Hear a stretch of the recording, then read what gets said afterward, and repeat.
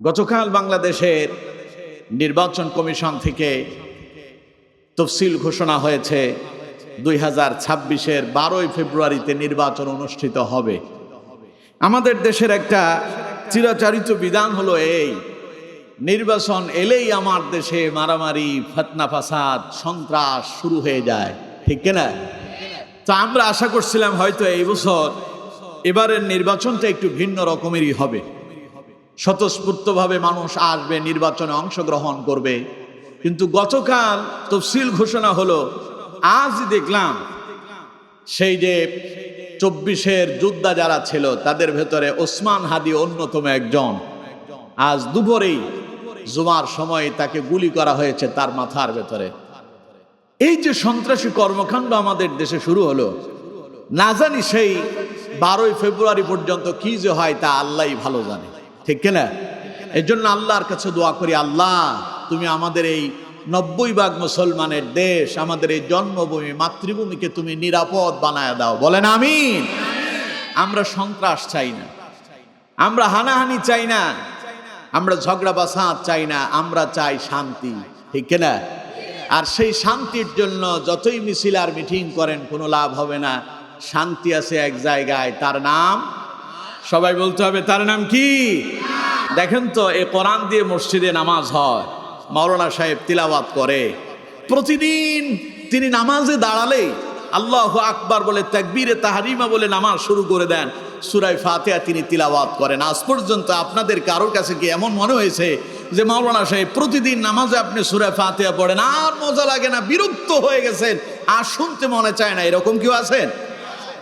তার মানে বন্ধুগণ আমার, আপনি যখন মসজিদে ঢুকে যান, আল্লাহর কোরআন যখন তিলাওয়াত শুরু হয়ে যায়, আপনার গোটা মসজিদটাতে আল্লাহ পাক এমন এক শান্তি নাজিল করে দেন।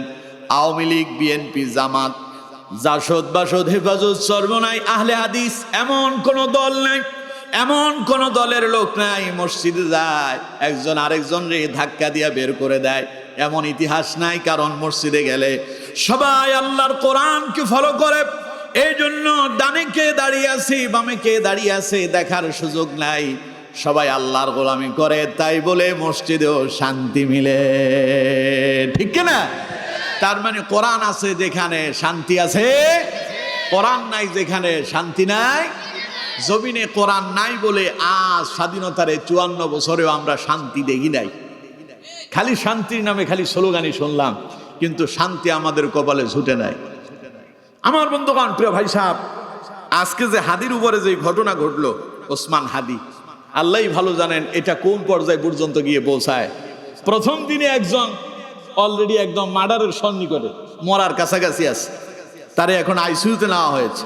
তো সুতরাং এইভাবে যদি প্রতিদিন এইভাবে যদি চলতে থাকে, আমাদের দেশের যে পরিস্থিতি কি হবে তা আল্লাহই ভালো জানেন।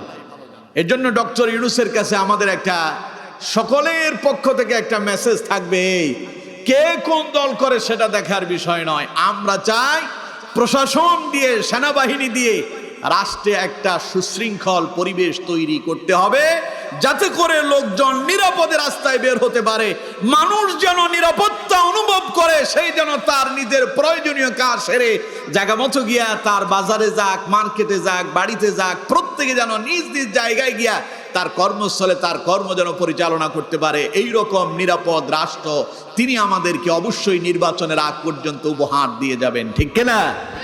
আর যদি এর ব্যতিক্রম হয়, তাকেও কিয়ামতের ময়দানে আল্লাহর আদালতে জবাবদিহি করতে হবে।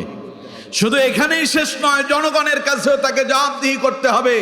কারণ বিগত 16 বছরের এই জুলুম নির্যাতনের পরে মানুষের মনে স্বস্তি এসেছিল, হয়তো ডক্টর ইউনূসের মধ্য দিয়ে রাষ্ট্রে একটা শান্তি আসবে। আর সেই শান্তি যদি আমরা না দেখি, তাহলে আমাদের এই 24-এর বিপ্লবটা বৃথায় গেল, ঠিক কিনা? আল্লাহ তাআলা আমাদের রাষ্ট্রটাকে শান্তিময় করুন। আল্লাহ পাক আমাদের রাষ্ট্রের সকল সন্ত্রাসী কর্মকাণ্ড যারা করে, আল্লাহ তাদেরকে হেদায়েত দান করেন, পড়েন আমিন।